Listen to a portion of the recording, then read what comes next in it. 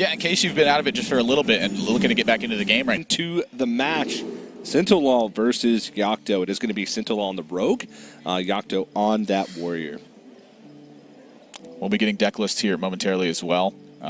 It's quite the hustle and bustle that we saw in there. I saw a match at the bottom, TJ, if you want to scroll down. We're taking a look at the standings on Battlefy and seeing how the matches pan out. So if you guys want to take a look at them, you are free to head over there and follow along and see where your favorite players are doing and how they're doing as well.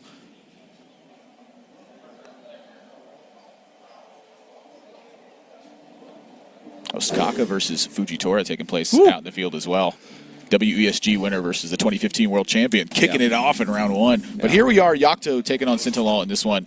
And pretty strong opening start for Yocto. You know, this was one of the reasons, this particular matchup is one of the reasons why a lot of players were believing that Warrior was going to be such a strong pick for this tournament is Warrior is believed to be advantage versus Rogue. Now, I've watched a lot of Grandmasters over the last couple of weeks here, as you can imagine. You know, I've been casting the European region. I am not sold on the idea that Warrior necessarily beats Rogue. Every single player is telling me, oh, Warrior has the advantage, Warrior has the advantage. Just every time I see the matchup then, like, just somehow the Rogue squeaks it out. I don't really know how, but it just seems like every single time they're just grabbing the most minor of edges and taking advantage of particular turns. Yeah, the problem for Rogue is when they get in that situation where they're trying to fight for tempo, when they don't have tempo themselves, because then eventually they will get it. That's just kind of how the deck works. Rogue is one of the best tempo decks in the game. But if they take too much damage in the process, then all of a sudden the bombs that have been shuffled in earlier on, or for instance, you know, weapon damage from things like Wrench Caliber, or just even minion pressure from one attack minions on the board in the early game adds up, and you don't have the time to execute your game plan in the late game. Yeah, one of the things I'm looking at here is how big of a difference that tech cards actually make versus Rogue, and I think this is probably one of the reasons why it's considered favored.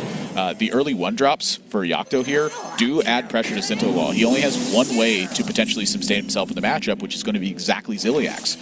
So when he's undergoing this early pressure, what that means is his weapons are not going to fight for board as efficiently. And then talking about the weapons specifically, we see a Waggle pick in Sinto's hand, and we already see a Harrison Jones, which I believe was kept from Yocto in this opening hand as well. You know, Sintolol, if he does not coin a Waggle pick, is going to be under the threat of a Harrison Jones coming down and massively taking advantage of the board. And so for me, what that's spelling for Sintolol is after he coins in this position, that he could be in major trouble as this game moves on because his hand is already getting quite heavy on mana cost.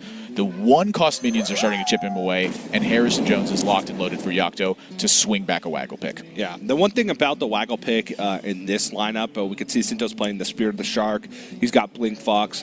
Likely playing the more Burgle-centric version of the Rogue, which means... Blink Fox definitely means Vendetta. Yep, Blink Fox definitely means Vendetta, means Hench Clan Burglar. Spear of the Shark means usually a significant amount of lackeys, probably some Evil Cable Rats, maybe one in there. So the Waggle pick isn't 100% necessary for the game plan of that deck. It's kind of just like a little bit of a commodity. It's a nice to have. It's a good card. It's just a good card. Now, if Sintolol knows that Harrison Jones is a possibility, he may just not play the Waggle pick. If he has other better plays, this isn't the face Rogue. This isn't the all-in tempo Rogue that we saw towards the beginning of Rise of Shadows, where Waggle pick is a core part of the deck. Yeah. With cards like Deadly Poison, Captain Greenskin, South Sea Deckhand. So there's a possibility that he may deviate from that and try and play a more value-centric game plan to not allow Yocto to get value from Harrison Jones. This guy's toast. And this spot, he doesn't really have the liberty of playing Waggle pick. Yeah, that much I will say. And a lot of the Rogue strategies also revolve around actually removing Waggle pick in your secondary or tertiary deck in anticipation of a Warrior opponent being able to handle it in a very decisive manner. So for Sintolol, it's definitely not the main focus. You know, I'm now looking at a Shadow-stepped Evil Miscreant with a Spirit of the Shark in hand. That's the direction that Sintolol wants to go this game. Yocto has Dr. Boom Mad Genius in hand, and so I am worried for Sintolol that he has not been able to get pressure rolling, because that means it's probably going to snowball into Yocto's favor. As you know, where is Sintolol going to secure damage? You know, that to me is one of the big weaknesses of the Shark builds for Rogue, is that they don't have nearly as much burst damage. I mean, we've seen players cut Eviscerate. We've seen players go to Sea Giants in these situations at times. Yeah. Sintolol's gotten in 0 damage so far, and it doesn't look like he's going to secure anytime soon. I'm quite worried. There are some crazy things that can happen, though. One of the things that Spear of the Shark does allow you to do is get insane Edwin turns. Oh, yeah. And like a 34-34 Edwin, you pop that bad boy on the board, that is pretty much lights out unless you want to take a very low percentage odds on a brawl. You think anyone wants a roundhouse kick to the head while you're wearing a pair of those bad boys? Forget about it.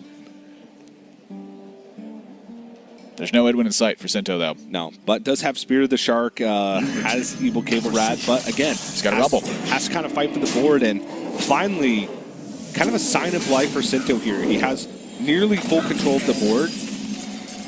Yocto's coming up on kind of a dead turn. There is the ability for her to kind of like play Clockwork Goblin, Shield Slam Ziliax, and trade over to have board. But with basically the only proactive play Yocto has in her hand being Dr. Boom, Mad Genius, it's pretty much a full dead turn. And that's going to be Sinto's window of opportunity to play that Shark and try and take back board. I am a little bit curious about the Clockwork Goblin this exact turn, simply because Dr. Boom is in hand. If Dr. Boom was not in hand, I'm playing this Clockwork Goblin every single time. But for now, Yocto's under 0 pressure. She can clear off Sintolol's side of the board.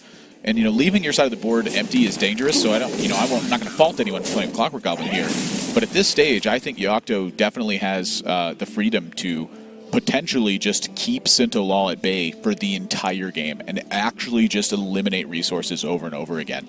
It's going to be hard for you to get chipped away by 1/1s at this point because you've basically used nothing to take care of them. It's just early game cards. Yeah. Her deck is going to be stacked with all of the strong cards that Warrior has at the end of the game. We're looking at Warpass, talking about Brawl potential. Every single situation that Sintolol has to account for buys Yocto time. And when you have Dr. Boom Mad Genius, that buys you even more time on top of that. So he's got to get going in a situation like this, which means to me this Clockwork Goblin potentially could have been some removal post Dr. Boom. Yeah, that's a very good point. And one that sometimes you have to sacrifice a little bit of that immediate tempo to gain tempo a little bit later on. Nice offer. Yeah. Preparation, probably the best. Now, I'm honestly... Dan always gives me crap for this, but I like Head Crack. So at this point, I'm wondering if Head Crack actually is a more reasonable take for Sintolol, simply because he is yet to deal any significant damage. Yeah. Over the course of time, that damage can add up. But again, if you're anticipating a Dr. Boom Mad Genius here, or you're anticipating a Blastmaster Boom coming down and trying to fight for board, you will regret the Head Crack at that point because you just will never use it. Yeah, and this is a little bit of a wince there from Sinto after seeing the Dr. Boom Mad Genius come out on 7. Now, he did kind of dodge the Warpath by Shadow Stepping the Spirit of the Shark to protect that because he knows it's going to come down to value. But this is also going to come down to just how Sinto's built his deck for the late game. If he doesn't have Togwaggle's game, it is very possible for Yocto to just grind Sinto out of resources. Yeah. And things like High Spring Togwaggle could make a big deal as well. And the combination of those two could allow Sinto to reach that critical mass of just pressure on board plus resources in hand of High Spring Togwaggle scheme. Shuffle more Togwaggles in your deck, Wonder Swan it back, get more treasures. But at this point, for a master plan. Don't know. By Sinto's body language, I don't know if he has that longevity. We'll see how his game plan unfolds over the next few turns. Yeah, to me, the Shadow Step and the Spirit of the Shark is quite wise. He has a lot of strong battle cries in hand with the kobolds on the lackey side, and even a witchy lackey, I think, with Spirit of the Shark can really get some work done on board. Absolutely. He knew he had the pressure in hand of the Beryllium Nullifier, which isn't going to be able to be shield slammed, and it isn't taken care of by a Warpath face up. So he's going to get some damage in here, and then the Spirit of the Shark at 2 mana later on is going to offer him both more value with Battle Cry or combo effects, and then also just the burst damage from the Kobold lackeys at the same time. So I think his Shadow Step is extremely wise there, and Yocto says, I do not want to take this much chip damage, and I do not want Beryllium Nullifier here, and it does not survive the Brawl, and that is a blessing there for Yocto. Obviously favored to not have it live through the Brawl, but that was a 33% chance for that to live. Yeah. And that would have been Sinto's kind of ticket to recurring damage, which he's got a long way to go to chip away this life total. Yocto's sitting at a comfortable 47 life. Yeah. And even though she's out of resources right now, Dr. Boom Mad Genius with Delivery Drone, with the microbots, kind of gives you essentially free resources every single turn. Oh my gosh, that is so much damage to That is a lot. Necro Mechanic buffed to a 4-cost 3/6 minion in the Rise of the Mechs patch. So a bit of extra stats at that 4-drop slot for Witchy Lackey. Yep. And going in again. Might as saw the brawl, might as well make a big board. Oh my gosh. Muck Hunter. Blastmaster Boom, there's only one bomb in the deck, I believe. That's true, but it is still 7/7 that makes 2 rushing boom bots. Yes, it is. I guess regular Dr. Boom isn't good enough. I could totally see Warpath coming in here, though. Yocto clearly very interested in handling Spirit of the Shark. But at the same time, I think all of her turns look strong right now. Yeah. Warpath, there is a full clear here with Warpath. It's a lot of expenditure on resources. It's Warpath 3 times. Microbots all go into the Necro mechanic, and then the last 1 minute they have goes into the Muck Hunter. So that's a full clear. With Shield Slam. With Shield Slam. So that is a decent amount of resources used, but honestly, with Blastmaster Boom in hand, with Dr. Boom Mad Genius rolling, Yocto with playing Warrior knows that she kind of has the longevity advantage. Yeah, I do think Sinto has a decent chance here, though. You know, I've heard a lot of players criticize Spirit of the Shark because, A, it's kind of a clunky card, and B, it doesn't necessarily have game-winning impact. And the answer is kind of yes and no. Where the way that I look at it is Spirit of the Shark can win you games that you otherwise would lose, and it's okay to have a dead card in your hand. Like, sometimes you put cards in your deck for a very specific purpose, and that's exactly what Spirit of the Shark is. So I think if Sintolol is going to find a win this game, it's probably going to be through something with Spirit of the Shark. Ooh, Evil Cable Rat, though. This is not the turn to go for that turn, though, because there's Kaboom loaded up for Yocto. If you load up all these ones, they're just dead on board. True, very true. But then what are you doing outside of that? Is Waggle Pick Swing? Maybe Dagger Swing.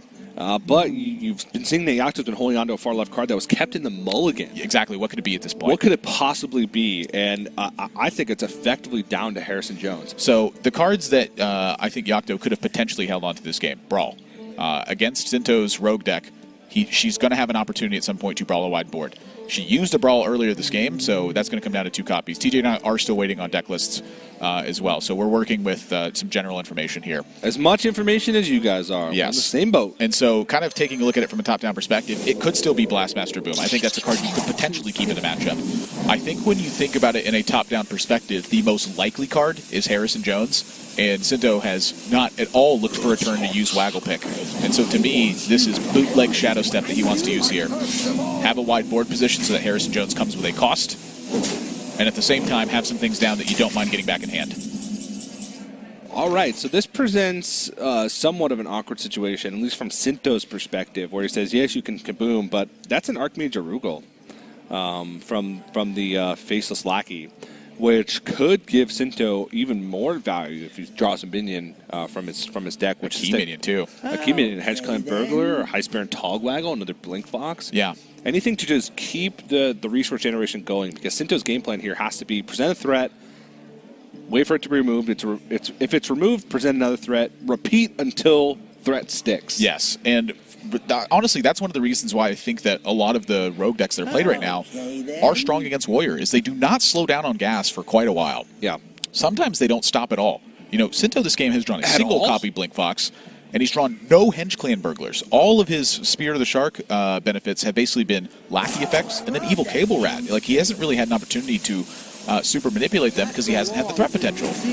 So I think with Yocto, if she does not draw a way to handle this Archmage Arugal here, which Dynomatic is not, there's a chance that some fireworks can go off here. Well, Yocto does pick up some high value. Dynomatic, while not great on that turn. Evil Cable Rat got returned to hand, though. Evil Cable Rat did get returned to hand. I think Spirit of the Shark probably would have been better. And there we go, Eviscerate found for Sintolol. So that tells me that he's not running Sea Giants and that he is running a more aggressive variant. So we're probably looking at pretty close to his top end. I would anticipate a High Spear and Togwaggle in this deck, obviously, but there will be no Sea Giants in this deck list. It's going to be Eviscerates. You cannot play Eviscerates and Sea Giants. That's a miserable deck. Well, it's possible. Well, it's possible, but it's a I'm telling you, miserable deck, but it's definitely possible. This is Sintolol we're talking about. It's not like you go into your collection, you try and put an Eviscerate in, and then you put a Sea Giant in, and the deck builder just goes, I'm sorry, but this deck is miserable. It's impossible. No, the innkeeper tells you, he goes, oh, that's a miserable choice. You might want to rethink that one. Got word from production, thank you very much, by the way, that there are no Sea Giants in Sintolol's deck. I'm telling you, it's impossible. No one here is bringing Sea Giant and Eviscerate in the same deck. Okay. Maybe the side deck, I'll give you that. Okay. Not in the main deck. I don't want to blow up their stuff and then try to play a Sea Giant. I want to play a Sea Giant and then kill them. That's a great point. All right, Sinto going in on damage here. That's the best choice, too. staring down 7 armor. This is the weakest turn possible for Yocto in terms of face up. Sinto has to pressure in the face of this happening right now. Did he? I'm curious about this turn. I mean, he took a long time on this rope. Yeah, that's 7 minions on board right there. Got everything off, though. Yocto, even with all that damage pushed to phase, he's still at 30. And so here's the question is, do you want to use Dynomatic to try to clean everything up, potentially leaving something important on board? Do you want to rip Omega Assembly? You know, there's a lot of decisions here for Yocto where the future turns are affected. And so, again, the big difference I look at was the early stage. Sinto got through 0 damage for the first 5 or 6 turns. And Yocto's got full health, has 7 armor loaded up. I think she can pace her resources and come away with this game fairly decisively if things don't go south quick. Yeah. I mean, even the Blast Shield roll, you saw so much damage pushed to face. Security Rover, Vicious Scrap Hound. Two of the best defensive mechs. It is very rare that I want to forego 7 armor. It is very rare that I want to use a Warpath for a single effect. But you know what? We used to play Whirlwind in Warrior. It was a totally fine card. Security Rover, attack a minion, Warpath, and kill that shark. Leaves you a clear board with 3 minions in play. I do not think you're getting a better turn than that. Poke a 1/1. So she's trading a 2/2 for an extra health and Security Rover. There is some merit to that as well, knowing that Eviscerates are in Sintolol's deck. Yeah. Well, there's High Spear and Togwaggle picked up with preparation in hand. Needed that shark last turn, though. Yeah, needed the shark to stick, and I just don't know if Sinto has the gas to get there. With 1 treasure, what do you even choose? If you choose Wondrous Wand, I don't know if you win in the super late stages of the game unless Sinto in his main deck has Togwaggle Scheme, which I just don't think is a likely choice for primary deck. I think you got to have something crazy happen this game. I am legit looking at either Goblet or seriously. I'm not even kidding. When I get super desperate in these games, I look for super desperate outcomes. Oh. And Sinto, you know, fairly reasonable discovery here. You know, you're weighted towards rogue class legendaries, which I think just in terms of their own individual stats are quite weak. Yeah, Edwin Van Cleef, Myra Rotspring, a 2/2, a 4/2, not very great. Yeah, their overall. effects are what you play them for. A 6/3 with Captain Hook Tusk. I look at this game and I wonder, does Sintolol need something desperate to happen? Does he need something as desperate as the golden kobold in that situation, or legitimately the goblet, and just try to have something colossally extraordinary happen? Because I don't think this is going to get there. No, I think Sinto may have been thinking, well, so let's take a step back. If I pick Goblet and have a miss, then what situation am I in? If I pick the Golden Monkey and have a miss, what situation I'm in? And I think those situations are I can't win. Whereas he figures he's seen both Warpaths, he's seen a Brawl, saw Omega Assembly, but saw one thing from the Omega Assembly. So if he gets a reasonable sized legendary, then that can just get the job done alone. And if he has a huge hit like a Ysera, then that could just completely blow out the game. So he's thinking the highs of both plays are the same, but the lows of the Xerox Crown are better than the lows of the others. Yeah, you trough harder in the bad ones. Yeah, I can see that. You know, I only go for Goblet or Golden Kobold if I am extremely desperate. Yes. I may be suffering from a bit of caster vision here. I felt extremely desperate in Sinto's spot. Yeah. Everything you've done has been checked. Like, Goblet is one of those plays that you make when you say, the only way I win this is if I draw an Eviscerate and then fill my hand with copies of it. That's a 1 in 16. I'll take it. Even less because I believe there's still a bomb in the deck. Oh, yeah. Would have been Edwin that filled up. Honestly, the Goblet into Edwin would have been a big deal. You just play 2/2, 4/4, 6/6 every turn for 3 turns? It's probably still not good enough to get there. Yeah. To be perfectly honest.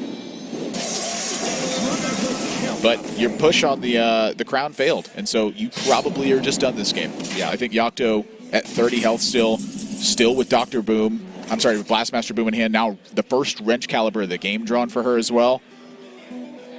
She's just had control the entire game. Yeah, and it seems like this is a pretty standard, just primary Bomb Warrior list. We saw a double Eternium Rover. I'm assuming double Talent Crier with the standard Rush package. I think the 4 1-drops have become fairly standard. In primary decks, yes.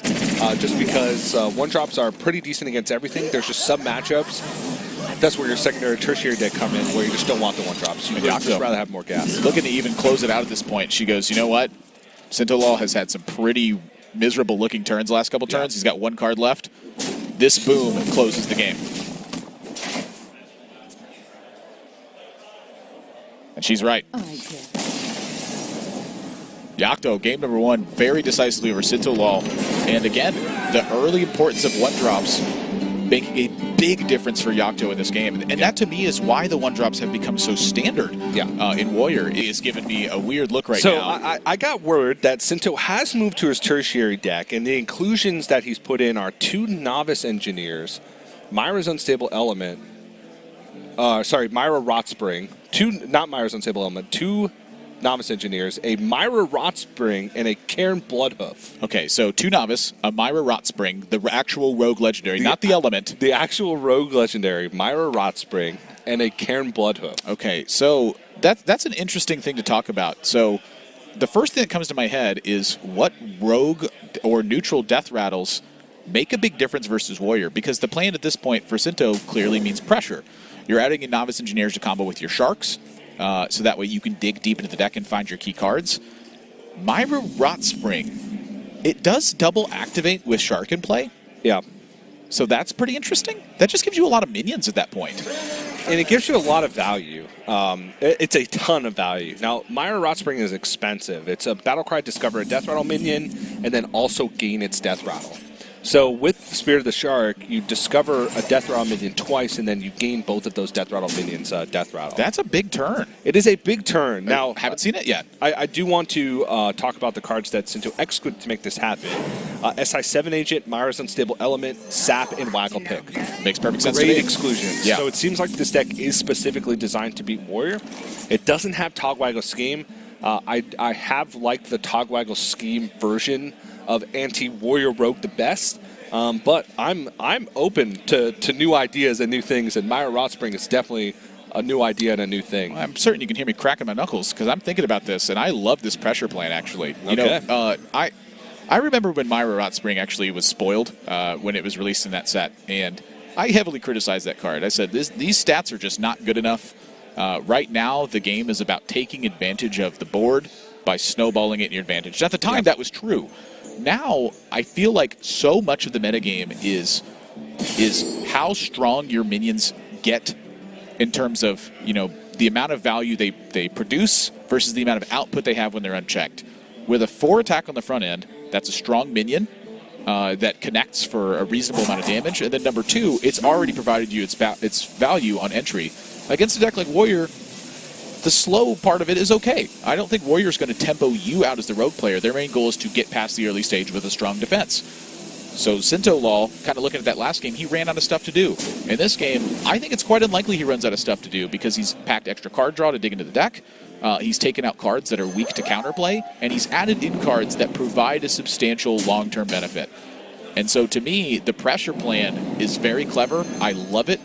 And I'm quite confident this works on Sintolol's side because, to me, he's not the kind of player who shows up to a tournament like this with an ill-prepared side strategy. The problem is, Myra's, I don't think is, or Myra Rotspring, sorry, I got to get out of the habit of saying Myra's, is not very reliable, it feels. And the few times that I've gotten it from like random effects, you can control the Death Rattles to an extent because it's Discover, but you can get some pretty poor ones. Well, I guess the question is, have you played it against a matchup where the sole intent of the matchup is to consistently pressure throughout? No. That's a difficult setup to have. Well, maybe I have, but I've never actually put Myra Rotspring in my deck. Exactly. Have you prepared specifically for no, that I style haven't, of play? and that's the big deal. Yeah, here, I think. love this plan from Sinto, actually.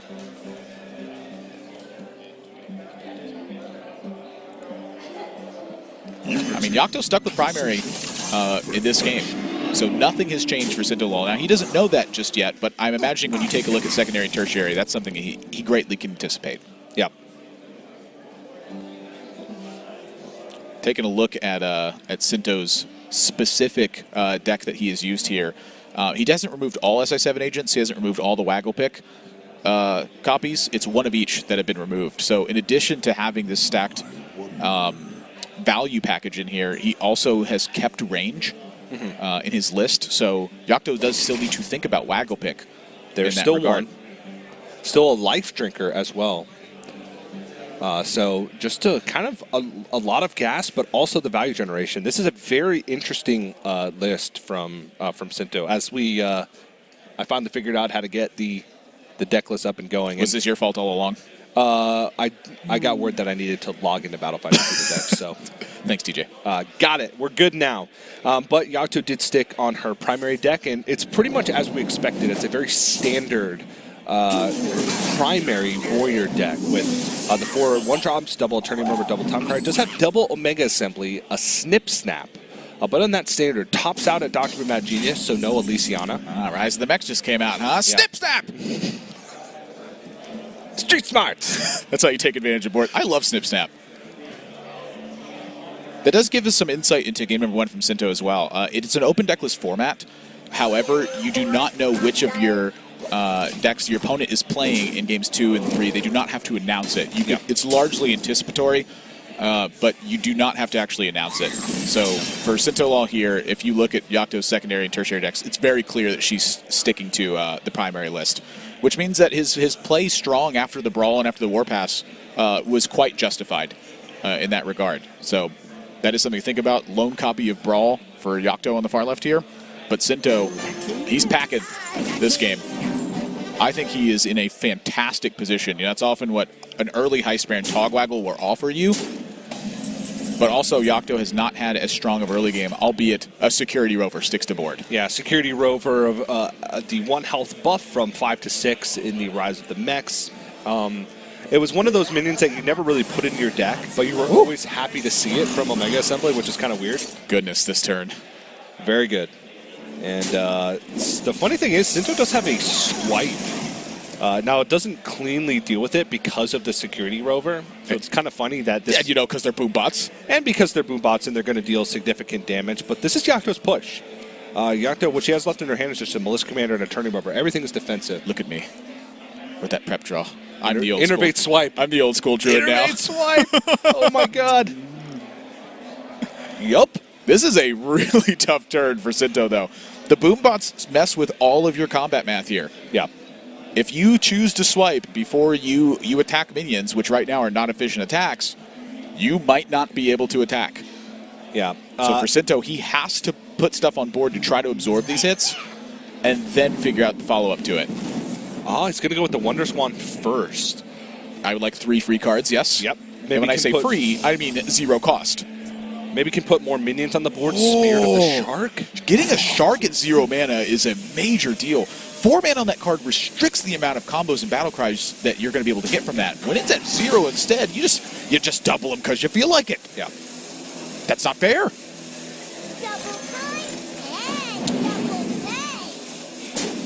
Yeah, Sinto with the swipe in hand, he's interested in a multi-turn setup to fight against the boombots, as well as a push that undergoes. I mean, when you see a 0-cost Spirit of the Shark, you start to get some pictures in your head of, ooh, I might be able to actually end this game. Yeah, this is going to start heating up really quick. And I mentioned last turn, Yocto's hand is basically 100% defensive.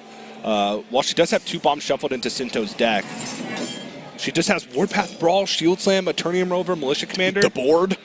The board, yes, but what about after this turn? What's that mean? You're going to fight with a 2-5? You're going to fight with a 1-3? Kill all Sinto's stuff. It's working right now. Sinto's going to be fighting with double the battle cries. He's got to find some battle cries first. Right now, we're looking at 2 more lackeys and 2 spells. That Cairn is doing nothing. 2 more lackeys and 2 spells sounds great to me. It sounds great to me, too. But I'm looking at the board. I'm worried. I am a little bit worried as well. Ooh, I'm getting very worried. So let's backstab, swipe.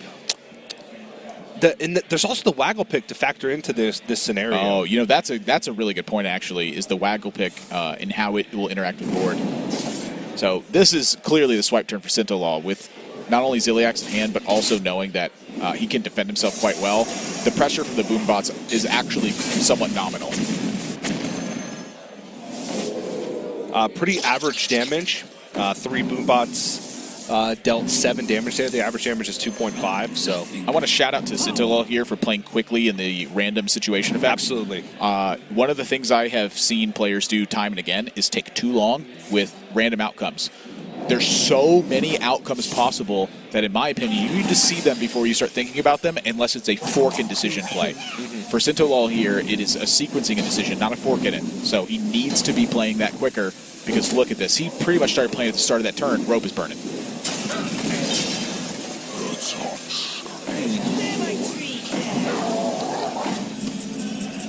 I'm not sure, but I think that's a slight missequence there, just on the damage take from Sinto. I think you can play the Kobold Lackey into the Eternium Rover and then swing face to save yourself 1 point of damage. Yeah. And it nets the same amount. Time is running out. You know, he had to go through a lot of random effects, and that's one of the reasons I emphasized hurrying that position. Is in the past, I've seen players take too long in that turn and then just have a mess of a turn instead. Yeah. I think that turn from Sinto's pretty straightforward. The damage is rare to matter. In this situation, if he can't have a damage push to close, that's where he loses the game. It's not about his life total, I don't think. There's the 3-bomb breakpoint. That's about the... Oh, you got to bring that up. That's the only thing that I can think so of. Scary. Yeah. It does scare me a little bit, like just knowing the possibilities there, albeit extremely unlikely. Yeah. Now, with Ziliax in hand, it may not matter because Ziliax heals for 3 on average. With a cold blood. With a cold blood, then it doesn't matter. He's healthy enough. He can take as much damage as he wants. The problem is he's just loose and bored. Yeah. Yocto even has a way to answer the Bane with Omega Devastator and keep piling that damage on. The Tauren with the mask. Karen beating the mask in that instance. Like Bane from Dark Knight Rises. The Eviscerates, I'm telling you, Eviscerates are so bad versus Warrior. This is one of the reasons to me that Water Rogue became a deck, was I want to be stronger versus Warrior. If I cut Eviscerates, I can add Sea Giants. Sea Giant bigger than a spell that deals 4 damage. They're good for closing out games, but oftentimes against Warrior, if you don't get an early lead, they're good when you've expended your whole hand and you need 8 damage to end the game. Ironically, the best draw in Sinto's deck right now is Myra Rot Spring. Oddly enough. Already played Heist Baron Togwaggle, already played Karen Bloodhoof, has second Spirit of Shark in hand. The Yocto here. Now this is the first real, I think, fork in decision-making that Yocto's had, where do you want to continue trying to play aggressively for board, or do you just wait? Ziliax certainly is a minion that does not let you wait too long because of the ability for Sintolol to just heal up to full. It'll buy him so much time, which is effectively buying him extra cards. That's exactly what Yocto's trying to contain.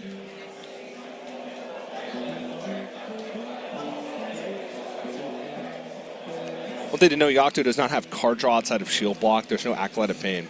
Does have double Omega Assembly, though, which is a great way to kind of get that resource generation. Second Warpath. Yep, one more Brawl left, and Sinto doesn't really have to worry about too much removal anymore. Big benefit, I think, of Warpath here is that it is effectively dealing damage as well when it clears off a Ziliax. Yeah. So I think it's important for Yocto if she's going to keep that pressure going. Like the hold on the Alec as well. Is that an Evil Miscreant? Oh my gosh, that is a huge draw for Sinto. 4 lackeys! No value lackeys! Put it back in the hand! Put it back! Restart! Restart! We don't want those! We don't want those! He might want him in a turn here, though. The chip damage, because Yocto doesn't have Dr. Boom Mad Genius online this game, is much more meaningful. Sinto did have pressure early this game. Yocto's low on resources instead of with a plethora of them. Without a big draw here, which that's a big draw, Yocto is likely to have to respond to that in a significant way. You do not want to let Spirit of the Shark live. No. But at the same time, there's no way for you to anticipate that Sintolol has 3 more Faceless Lackeys. If she brawls here, she's out of AoE. The question is, can Sintolol win the game with 3 Faceless Lackeys? Do you know how Millhouse Mana Storm works? Succubus? I know how it works. Loot Hoarders? Loot Hoarders that draw into Myra Rot Spring that get you more Loot Hoarders. Yocto has board, and she's going to need to keep it because this is about to be a big turn for Sinto. Oh man. My gosh, TJ. That is a huge draw. Back-to-back pickups for Sinto. And he saw the only copy of Brawl in Yocto's deck. does have to worry about shield slam. So Sinto needs to make sure that he's playing enough cards here. You're chucking to get those it out of range of eviscerates. shield slam. No! We don't want. Get it out of here. We don't want those. Okay, you double eviscerate your own Doomsayer here, and you play the Edwin Van Cleef. You have to. You have to get something online. You have to. This is 8 miss damage for Sinto, and it's mandatory. He cannot afford to lose this position. He has to snag something this exact turn. I feel like Sinto, out of any player that I've ever watched, has the most Colossally unlucky things happen on screw you broadcast. moments from Hearthstone. Goodness gracious, man. This guy's got to get lucky at some point. He's like burning key cards. He's getting Doomsayers when he gets the big draws back to back. And He's got to go in. Has seen both Warpaths, has seen the Brawl. Omega Devastator is the only card that answers this. I'm not even kidding you. This is solely on the back of that happening. Without that, Yocto would have had to use Omega Devastator, traded the minion, armor up, and shield slam to kill the Edwin Van Cleef here. If Sintolol had been afforded the ability to use Eviscerates to either clear or pressure face, everything would go into the Edwin. Yeah. Instead, she gets a free attack and has an additional minion in play. Sinto's out of gas and probably done. Omega Devastator, the saving grace of late game warrior. 2 Omega Devastators in the primary deck. We see a lot of players cut it in the primary deck, but here paying off for Yocto. Just a nice, like, clean list of Bomb Warrior. One final chance. Deck. I don't know what the death rattles are that are big. Snip, snap. A lot of stuff. Snip Snap's interesting also because you get the death rattle immediately, so you have the 2 microbots loaded up. Snip snap! And then you also get to keep the Snip Snap, and you can magnetize it onto the Vicious Scrap Hound. The problem is using it this turn. I think he needs to get more out of it. Yeah, may need to go for a big one. He's just got to wait and get more. Yeah. He really does. And Now, so we still have a battle. I mean, Yocto can draw weak cards. And the weak cards I'm looking at, Augmented Elec, pretty darn weak right now. Wrench Caliber's decent, but honestly, if it's not a big hit, oh my gosh, it's a big hit. It's a very large hit. Even when Kaboom is good. That is probably a missequence there. That should be an attack into Myra's and then activate because Myra's gets the death rattle, but she goes face. And I like that more. Not a missequence. Face is better. I do like face, just race. Don't allow any crazy shenanigans to happen. That's the thing, is I always, as soon as I get Dr. Boom Mad Genius online, I tunnel in on killing every single minion. Why kill every single minion when you could just kill your opponent? They're the ones defending now. Can Blink Fox give anything that can change the outcome of this game? Dr. Boom Mad Genius. All right.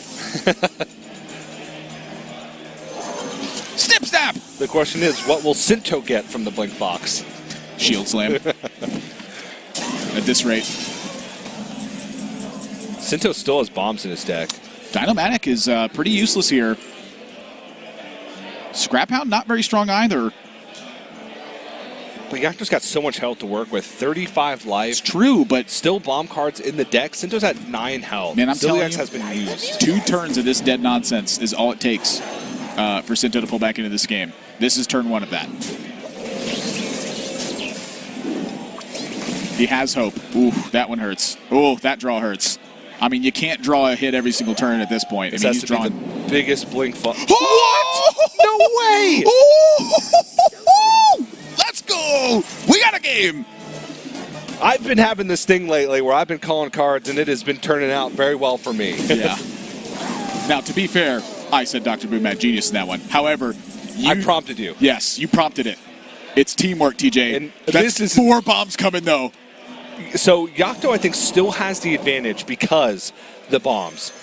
Sinto has more cards in deck, but 2 of those are bombs. He's up to 16 health, though. He's up to 16 health. Maybe he can keep rolling blast shields, but he even doesn't have those Mega Assembly. His deck is not designed to play around Dr. Mad Genius. It does give him some gas, but I just don't think it's enough gas. The thing about it is Sinto is discovering rogue and neutral mechs at this point. Yeah. Off of delivery drones. So no Omega Devastators, any rogue mechs. There's Blight Nozzle Crawler, Which I think is good. which is good. It's very Omega Devastator-esque in its Yeah. effect, where it can kill a minion, basically. Oh, my goodness. What other rogue mechs are there? Let me take a look at my mech rogue deck real quick. I'm pretty sure it might actually just be Blight Nozzle Crawler. Hecklebot. Thin the deck. Put in more bombs. And that was the only bit of healing that Sinto even had left. I just can't believe we have a game. Like, this game's supposed to be over right now. It was. Kaboom! A nice pickup for Yocto because she's facing down a ton of 1/1s. So Sinto now looks at these 1/1s and goes, well, do I just trade them all in now instead? I mean, Yocto's completely out of cards. I think that preserving the 2/3/1s that have a death rattle of summon 2 mechs attached to them, pretty important for Sinto this turn, and I'm not sure he has a way to do that. Okay, then. Unless you're going to Leroy. Leroy can stick to the board. That's a possibility. Leroy can trade into the board. That's a possibility. But this is clear skies. Sinto has preserved the 2/3/1s. And 6 more damage rolling in. I don't think you can afford to draw cards right now. Yeah. 4 bombs in the deck, I believe. Oh, wait, no, even it's more than way that. more than that. 6. No, it's 5. There was 2 bombs. That's the worst draw left, I think, in Yocto's deck. That specific card. I just don't know what Sinto has left that can pull him out. I believe he has 1 Hench Clan Burglar left. I believe there's 5 bombs because Yocto played Dot Boom Mad Genius with 4 boom bots. There was 2 at that point. None have been drawn. Played 1 Wrench Caliber swing, no Elec. Played another Wrench Caliber swing with an Elec. So that would be 5. There's been 2 Wrench Caliber swings at Elec because she drew the second Elec. Oh, so 6. Oh! That is miserable. You may consider drawing a card here. He's not gonna. He needs a miracle. Pretty much from his last Hench Clan Burglar needs a miracle. That could possibly be the best draw in Yocto's deck. Sinto is he's in physical pain right now. Done. And He's done. Another Clockwork Goblin, another bomb shuffled in, a Eternium Rover for good measure. I'm surprised we're not prioritizing this Security Rover and the 1/3 with the laser. I don't think it matters too much at the end of the day. I think all the plays are good.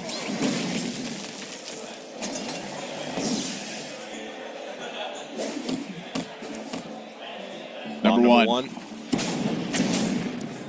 That's it. Bomb number 2. Yocto 2-0 over Sintolol to open up the day.